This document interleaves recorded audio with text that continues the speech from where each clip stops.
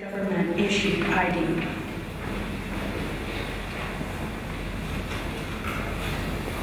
Okay, so let's begin tonight with the first question for Greg. And your question, Greg, is what do you think needs to be done to address livability and affordability in District 4? Sure. Hi everyone, my name is Greg Cesar. I'm running for council in District 4, and I want to start out with a really sincere apology. It was a totally honest scheduling mistake that I was here late, and I hope you all forgive me for being late. Having been raised in the Roman Catholic tradition and being here, I feel like St. Mary's really good. So everyone knows that District 4, and everybody acknowledges that District 4 has been one of the most neglected areas in our city. The fact that you can't cross Lamar Boulevard anywhere safely, very closely, the lack of sidewalks, lack of park space, makes it just clear to most people that there has not been enough attention from the city to District 4. And so before we can address general questions of livability and affordability, which are such broad questions, I've been talking about the fact that we need civic infrastructure and political organizing to build a voice for our district. And that's the work that I've been doing at City Hall for years, is making sure that those who traditionally aren't heard get a chance to have a seat at the table. Because we have many different issues. Affordability means lots of things to different folks, whether it's your property valuation skyrocketing and property taxes with it, whether it's wages stagnating while the cost of groceries and usually gas, even though not right now, going up, whether it's folks' property values declining and wanting more city services and access to better education. Livability and affordability mean different things to different folks. And for me, my top priority will be making sure that District 4's families and individuals can identify and meet their own needs. That's been my commitment throughout the campaign. That's why we've knocked on over 25,000 doors and had conversations face to face, and we're committed to continuing to do so. This wasn't covered very much in the press, but District 4 actually had the lowest drop-off rate of voters in the entire city. That means that the people that scrolled down to the bottom of the ballot to vote for council, people did that at a greater rate in District 4 than anywhere else in Austin. And we're areas traditionally called politically disengaged, but we were not. We don't have to be. And if we continue to be engaged, then we can get the resources, the attention that we want to deal with livability issues and affordability issues long term. I don't believe council has all the solutions. I believe the people here have the solutions, and council should work as a conduit to moving that agenda forward. Thank you, Greg. Lauren, you have 2 minutes. I really like this question because it actually doesn't ask about what's wrong with District 4. It asks about what are we going to do to address the issues. And I'll be very respectful of my opponent. I'm not sure I heard anything of what is going to be addressed from a tactical, specific standpoint. And so I'm not sure if the format is that I present what I'm thinking as to address. You have 2 minutes to read just where it says. So I think what I would do to address the District 4's livability issues, number one is traffic bus service. Bus service is really atrocious here in our district.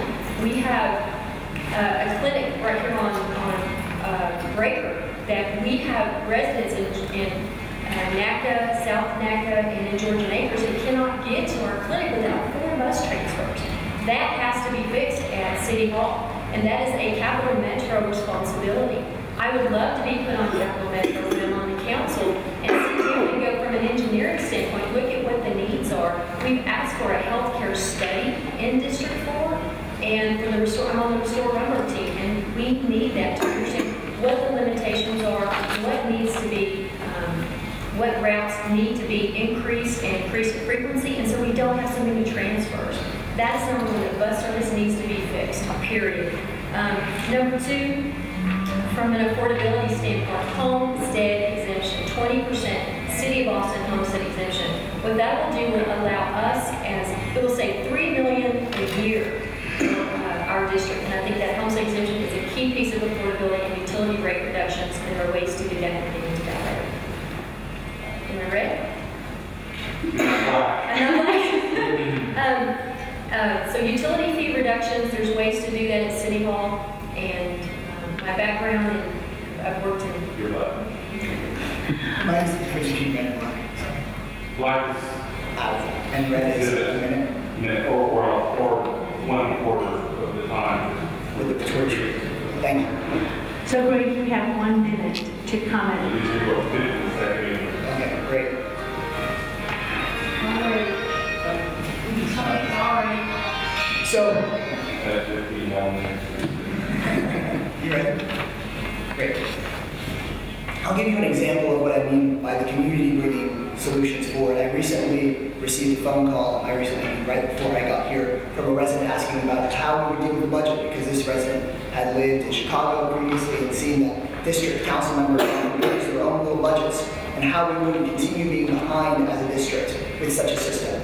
And we had a great conversation about talking about budget equity, and not just equity meaning every district gets the same amount, but that districts that have traditionally been neglected should be addressed, should have priority and should have things addressed. If we don't have a single splash pad in District 4 and somebody else has 5, why should they get a 6 when we get a first?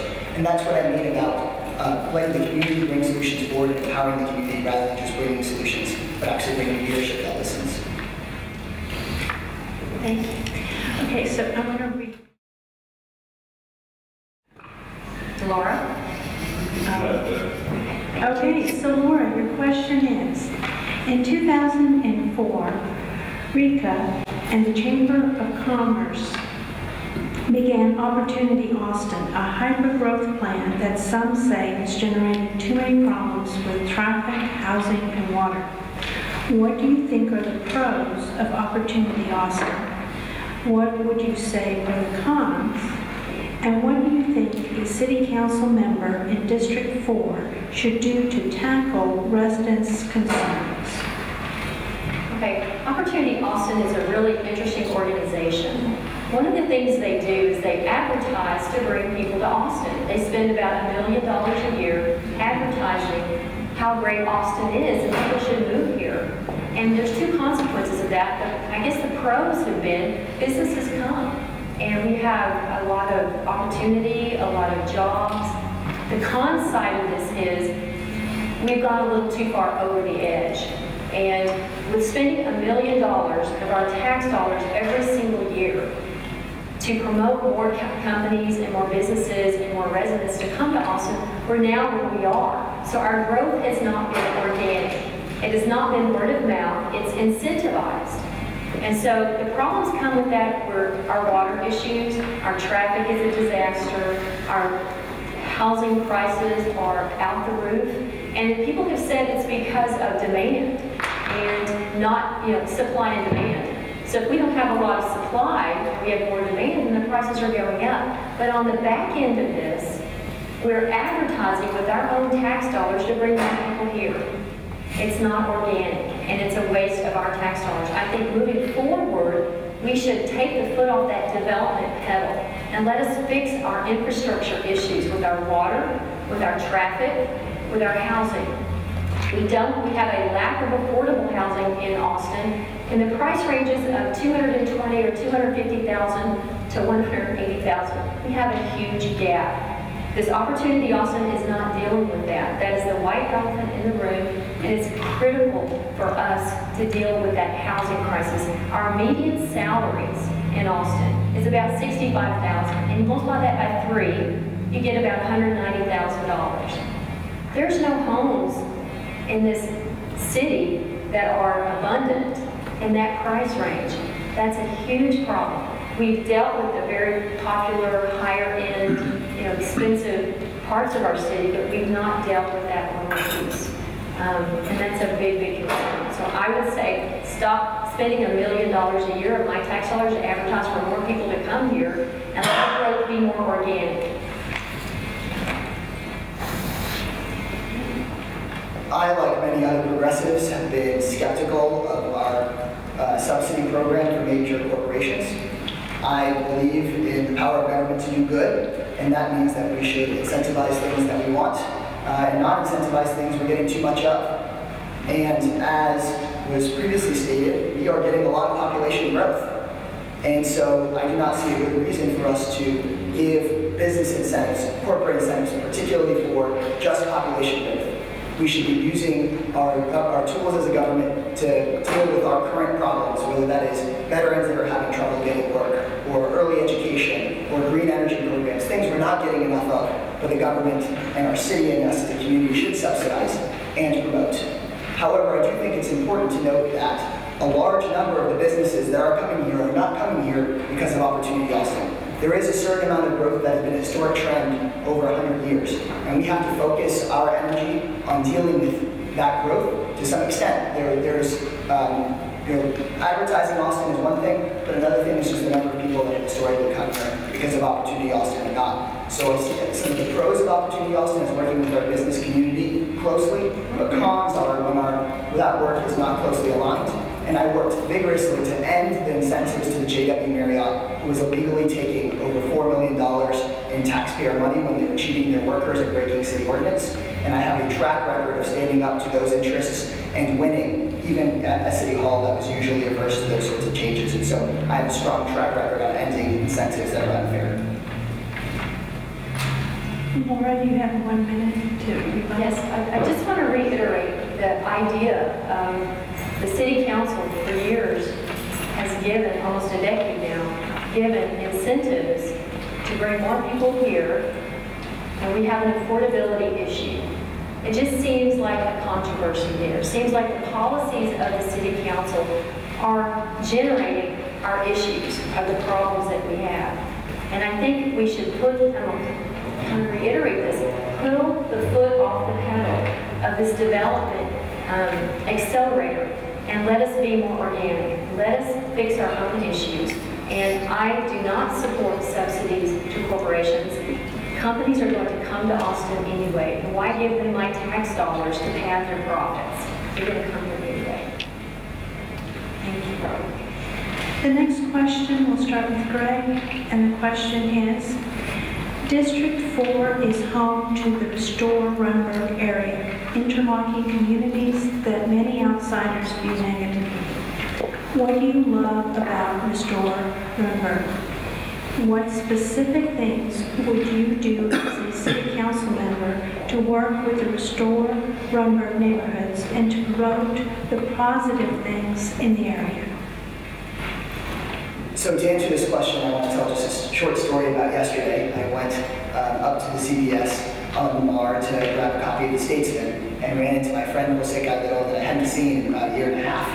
And when I last saw him, he was working at a food truck, but he was talking to me outside of the parking lot of CVS about the fact that he had saved up enough money working a second job to purchase his own food truck. And now he's trying to build up a 5-year plan to turn it into a brick-and-mortar place. On top of that, his daughter is at the top of her class over at McBee, and he is a perfect example to me of what I love about the Restore Runberg area and so much of District 4 in our city, which are folks that are creative, families that are hardworking and diligent and willing to make our city a better place. And our city government should, one, not be getting in the way, and second, to be supporting those initiatives. Oftentimes when we talk about economic development, it's put in terms of these large corporate tax subsidies. I think we can change and reframe the culture of economic development to talking about giving opportunities to more folks like Jose to not create a burdensome permitting process that will make it almost impossible for him to start his own restaurant if he wants to not create more burdens on folks that work in restaurants that don't have paid sick days. We are one of the few, actually I think, depending on what you call developed countries, one of the few OECD nations that doesn't require paid sick days and paid maternity leave. And that's something that the rest of the cities across the country are pushing, to have real economic development that is good for everyday people. I think that the example of Jose helps sort of bring together different issues about how we can support the Restore Runberg area. We're an area that has more children than any other part of the city. We just finished building another school and it's already going to be full. So we need to be talking with ACC about adult education programs over at the Highland Mall campus, but also with AISD for wraparound services and after-school programs for young people. And so my commitment is to work with a broad diversity of folks in this area and make sure that the benefits the city brings and the benefits of the 10-1 council, the benefit of more attention, does not displace or drive out current residents with an old model of economic development, which is just driving up the property tax base, and rather considering an organic, bottom-up model of economic development that takes care of people like Jose Calderon. Yeah, one of the things that are just absolutely amazing about the Restore Runberg area, I'm president of Windsor Hills Neighborhood Association, and our neighborhood is right on Runberg on the east side, right there by Dobie. Middle School and Gus Garcia Rec Center. And what is just absolutely amazing about our area is that the huge diversity. We have a multitude of ethnic groups, religious groups, and it is just phenomenal. And you know, you'll see women, Muslim women at the bus stop, and Hispanic, and African American, and Caucasian, and we're all integrated. It is absolutely just uplifting to see that. And we are the best part of the city. I think the small businesses, it's amazing the number of small businesses in our area also. So that is just phenomenal. We need to be supporting our small business. I'm a small business owner. We need more support for that. There's a lot of issues down at City Hall. There's an adversarial relationship with small businesses. And if you're not a big corporation, you know, big corporations can come in and get, you know, pretty much whatever they want from a support system at City Hall. Small businesses really struggle. And I think one of the things that we could do to improve and promote the positive things in our area is to make sure the Restore Runway team is sustainable. We have $1 million grant from the federal government. Interestingly, the city has not put in any real dollars except time of employees, some volunteer times, in the Restore Runway project. And I think that is a little surprising. Why does the city council rely on $1 million on the federal government that they have not put their skin in the game? And I think that is really, really critical, that the city council put in financial support to the Restore Runway to make it sustainable. Thank you. So the next question, Laura, will start 1 minute. Yes, Well, I'll use my minute to just speak a little bit more about some of the great opportunities in this district. A friend of mine has won a grant to do street art in areas of the city that lack art and public art in particular, and is looking in the Restore Runway area. There are so many great young artists and musicians that take part in the city that live in the Restore Runway area, but oftentimes only perform or play or display downtown or even south of the river on the east side, and they should be able to do those things here, near where they live. And so I would be very committed as a council member to working with our artistic community, bringing people together in our parks to create festivals and cultural opportunities so that folks feel pride in the area, invest in the area, and feel like this is their home and a place they can express themselves. There's some incredible music at Tejano Ranch or Rodeo, but usually those are sort of more club environments you have to pay into. It's late at night. Why not bring those things out on a Sunday morning? I think it would be something that would be really beneficial to showcase the great diversity in town here. Thank you, Greg. So Laura, the next question, we'll start with you. What 3 specific things do you think that the first city council member should have in place for District 4 when they leave office? Why do you think these things are so important to our district? I think the first thing, and I may give you 4, so the first thing is the homestead exemption, the 20% City of Austin homestead exemption. It's allowed by state law on top of the county exemption. And other cities in Texas, Fort Worth, Dallas, Houston, San Antonio have this exemption. Austin's never given it. We have seen astronomical tax increases in the last year on our property values. It is outrageous. So that 20% is something the city council could do right now, and there are ways to do it. There are ways to pay for it. It would mean that corporate subsidies would have to be reduced in this city. These corporations are not paying their fair share. The residents are doing it. So that is absolutely number 1 that needs to happen. Number 2 is utility rate reductions and fee reductions. If you look at your utility bill and you cut off all your electricity and all your water, our utility bills are still going to be $60 to $70 a month. That is absolutely huge. I guess we're just lucky to be hooked up to the city of Austin, and we get to pay $60 to $70 a month just to be hooked up. That needs to be reduced, and there are ways to do that. I think improved bus service, we've talked about that already. That is an absolute must. Capital Metro has to say that District 4 is a priority. Right now, it is not. On the Restore Runway team, we've met with Capital Metro, tried to improve bus service, and we just get, oh, we didn't get to talk about it this month at the board meeting. We didn't get to talk about it next month after the board meeting. And that's just not going to happen when we have our own representative up here saying this is a priority. This is important for our members of our community. And I think the fourth thing is, and also an absolute must, is continuing the Restore Rumber effort.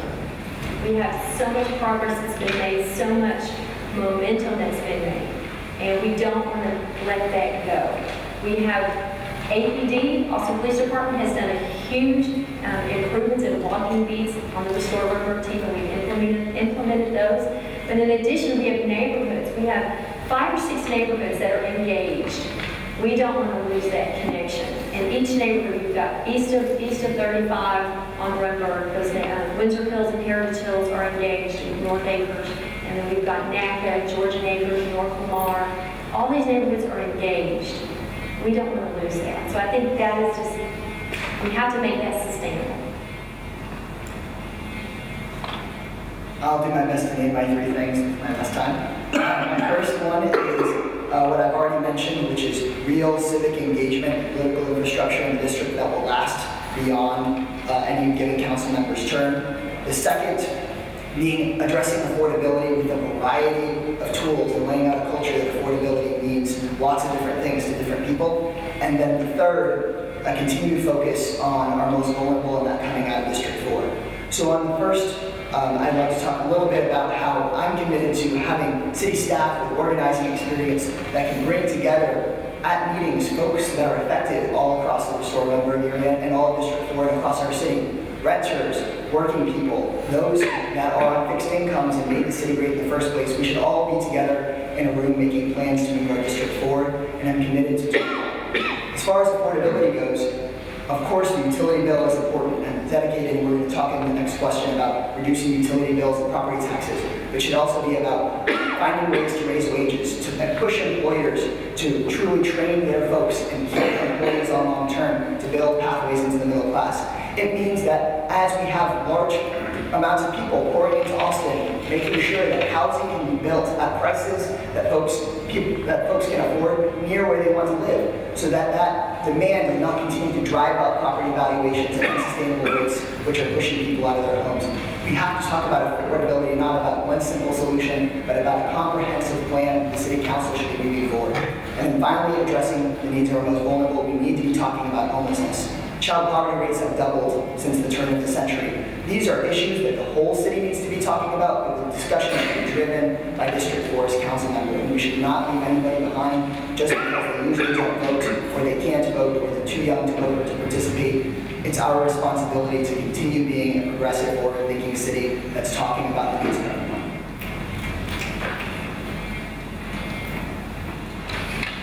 Laura?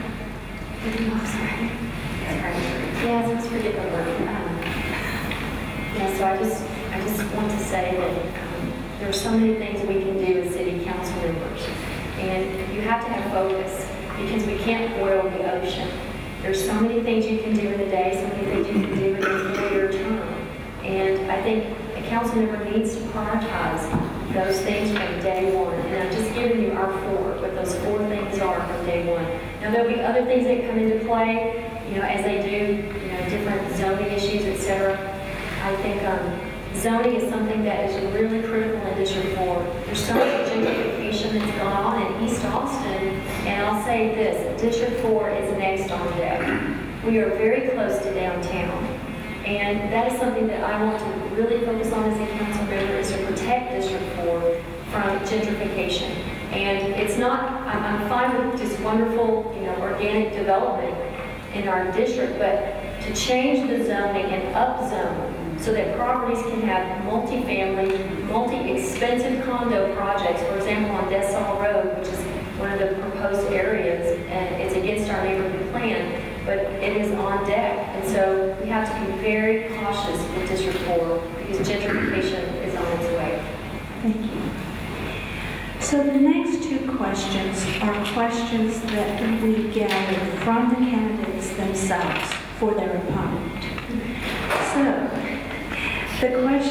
the first question goes to Greg, and so keep in mind this is the question that Laura is asking him to address, is What budget changes would you make to pay for the homestead exemption and utility fee reductions to improve affordability in Austin? Absolutely. So I'll talk first about our utility. There are some changes we can make at a utility that don't require major restructuring in our budget. We can focus first solely on the utility. I was disappointed during the last rate case that we were one of the only cities in the state of Texas that chose to give lower rates to those customers living outside of city limits but still within Austin Energy's area.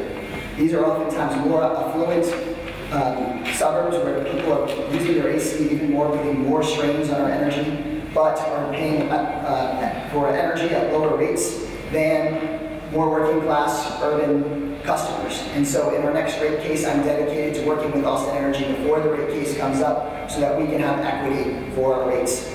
I also know that major corporate players have special contracts with Austin Energy, and I think those need to be reviewed closely so that everyday customers are not subsidizing those that have the ability and the means to pay. We also need to address structural issues within our budgets, and that would mean reducing subsidies, reducing holes in the budget so that when property valuations go up, we continue to have surpluses.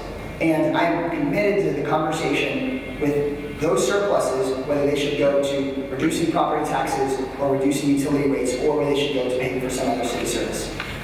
The homestead exemption only goes to homeowners and only goes based on the percentage appraised of your home. And so if we dump all of our dollars into homestead exemption, it will primarily benefit those with higher priced homes, in particular west of Mopac. And so we need to not cut city services when paying for a homestead exemption. And I am supportive of such a homestead exemption, but think that if we apply any surpluses more equitably, if we put money into both reducing utility rates and the homestead exemption, then we won't be leaving anyone behind. For the same $36 million it would cost to pay for a homestead exemption, if we split that money relatively equally between utility relief and a homestead exemption, the median homeowner in District 4 would save much more money on the cost of government. And so I'm committed to making sure that both homeowners and renters are represented in such savings, and I'm ready to have a community conversation about how we get there. There will be no single solution. It's interesting. I think that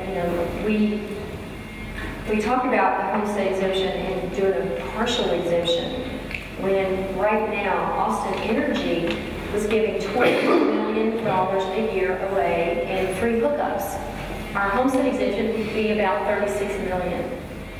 Austin Energy, $20 million would just about pay for that. So I think that's an interesting challenge to say, why would we want to have our homestead exemption? We should not have to have it. We have subsidies that we give to corporations. We have water department and utility fees that are being waived for corporations. Back in June, I went to City Hall, and in about 20 minutes, we saved about $4 million in fees to the UT Med School that they just raised our taxes for to pay for that. So there are fees and subsidies and waivers that are happening every single council meeting. Every week, millions of dollars are being given away. We need a watchdog that says no to that. And so I challenge Greg that we should, cut the homestead exemption in half. And I just don't agree with that. There are ways we can do this.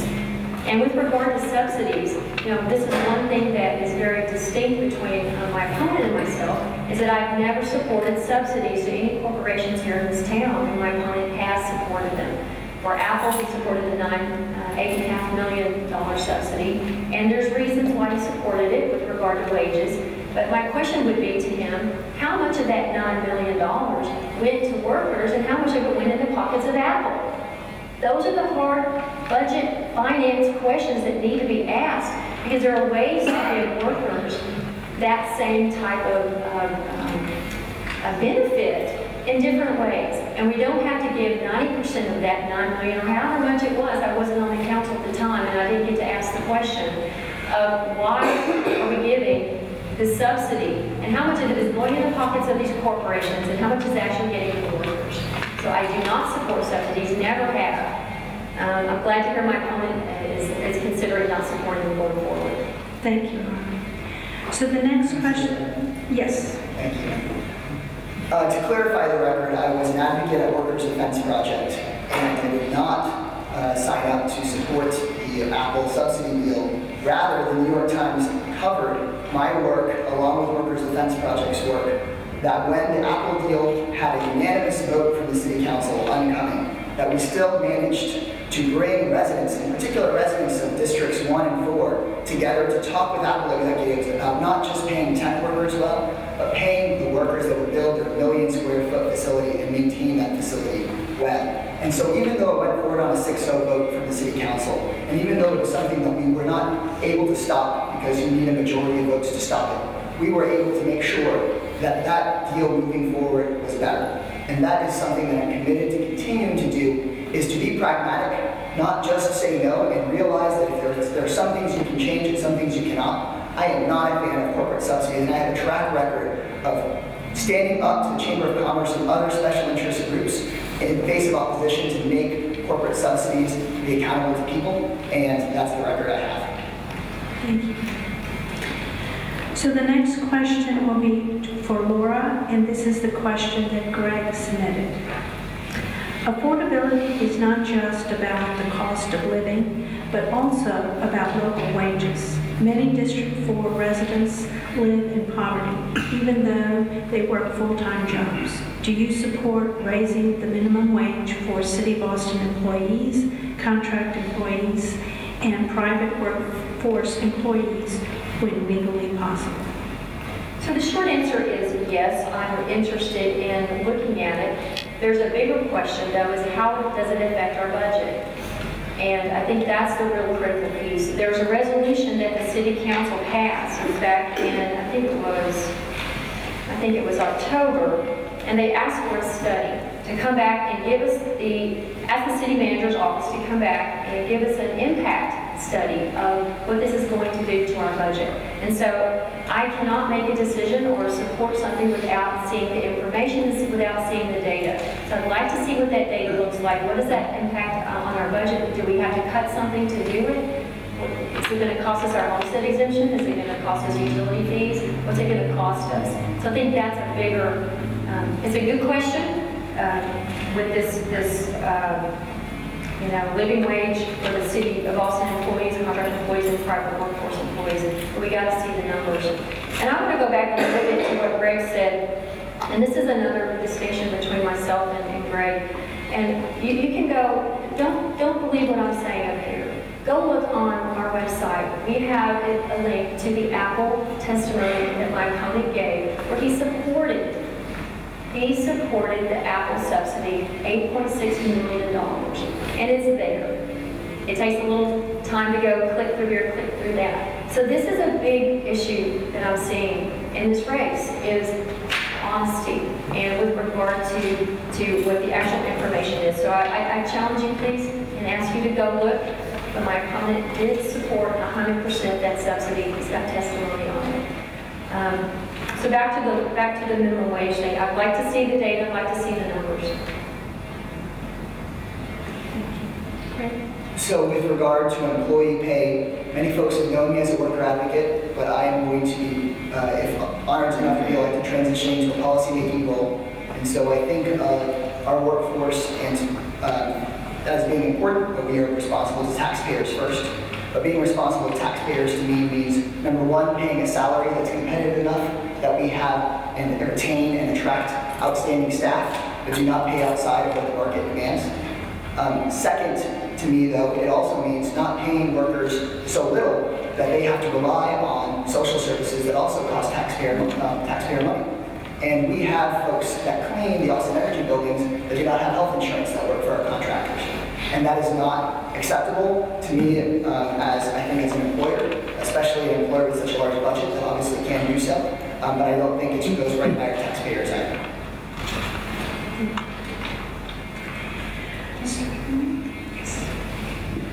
You know, relative to our district where we do have a lot of people struggling economically, we're one of the most economically challenged districts in the whole city.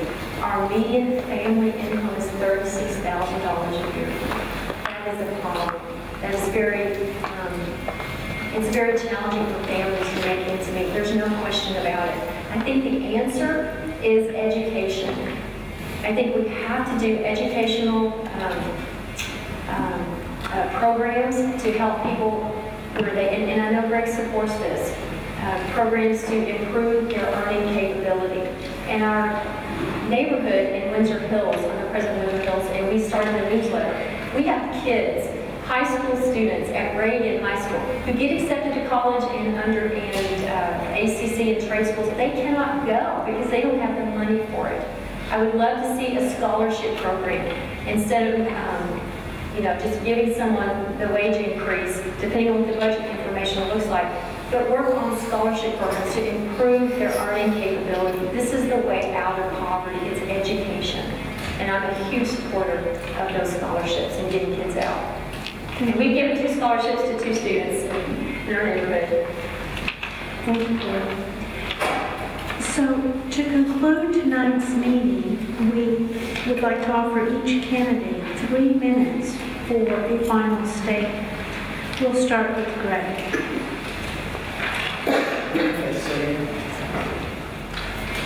I would like to conclude tonight by briefly addressing some of the points brought up by my opponent regarding the track record. I would actually urge you to go and watch those videos and read about the hard work that I was a part of at Workers' Defense Project. I helped shape a small nonprofit that was originally dedicated to giving legal services to those that were hurt or not paid on the job or homeless, to make sure that we passed policies that would benefit those folks, even in the face of stark opposition and oftentimes very powerful special interests. The only thing that gives me hesitancy or pause about telling you that is I had kind of bigger hair back then, but I wasn't running for council, so if you see that in the videos. But I can honestly say that for years, I have worked to bridge coalitions of faith groups from all over Austin, environmental groups from all over Austin, civil rights groups, the Texas Democratic Party, groups that usually didn't pay that much attention at City Hall, and brought the issues of working families to the top of the agenda. Austin Interfaith, an incredible organization, had been struggling for almost a decade to move forward a living wage campaign requiring those that paid subsidies to pay the Austinites they employed well. And I am not one with a penchant for bragging. I was a part of this, but I was the lead organizer, and you can ask anyone at City Hall, that I brought to the table corporate interests, the Chamber of Commerce, task forces where we reformed these policies at the local city and county level. And I was the lead organizer for those. That's the track record that I stand on, and I stand behind it. Whereas the teaching hospital that my opponent mentioned saving millions of dollars for, it was reported in the Statesman that Mayor Pro Tem Cheryl Cole does not believe that the citizens' communication of my opponent was responsible for making that change. And so I stand behind my record, I stand proudly behind it, and I'm committed to remaining an ethical and the ethical and honest person that I've been as an advocate moving forward as a city council person if I can have to vote. So thank you so much. Thank you. Thank you everybody for being here tonight. We really appreciate your time and your attention and your love of District 4. You know, one of the things that District 4 really needs is I think a mother. I think we need to protect District 4 from gentrification. I think we need to have some demands of District 4 to do better. And I think we are here as a group because we love our district. And we've been ignored for decades. That will stop with me on City Hall. There's just no way that we're going to let that continue. So I want to make a commitment on the major things that I want to do as City Councilwoman, and that is the homestead exemption, that is the utility fee reductions, that is improvement in our bus service that we absolutely have to have, and we've been just neglected for I don't know how long, for just so long. And then also the Restore Remember team, the crime issues. We know what goes on up here. We know how dangerous it is, and we know that we could do better. APD could do better, our community could do better. So I'm here to support the Restore Remember team and make sure it's sustainable. You know, and I want to address a little bit the issue my opponent brought up about the subsidies for the medical school. Actually, the Statesman did report that Mayor Pro Tem Cheryl Cole said that, well, you know, we were thinking about doing this anyway. anyway. And actually, I went back to the editors, they went back to Cheryl, and they issued a retraction and a correction to that. Because if you look at the video, you can see the timing of the citizens' communication. It was on consent to just be passed through, pencil whipped through, millions of dollars of subsidies. I spoke on it, Ora Houston spoke on it, and Paul Robbins spoke, and they pulled it off and reduced it. You can look at the timing, and it's all there. So that Cheryl Cole did make a correction to what she originally said. So anyway, I'm here to be a representative, not just a voice, but to get done what we want done. And it's not about what I want, it's about what you want. And that's why I'm here. Thank you. Thank you.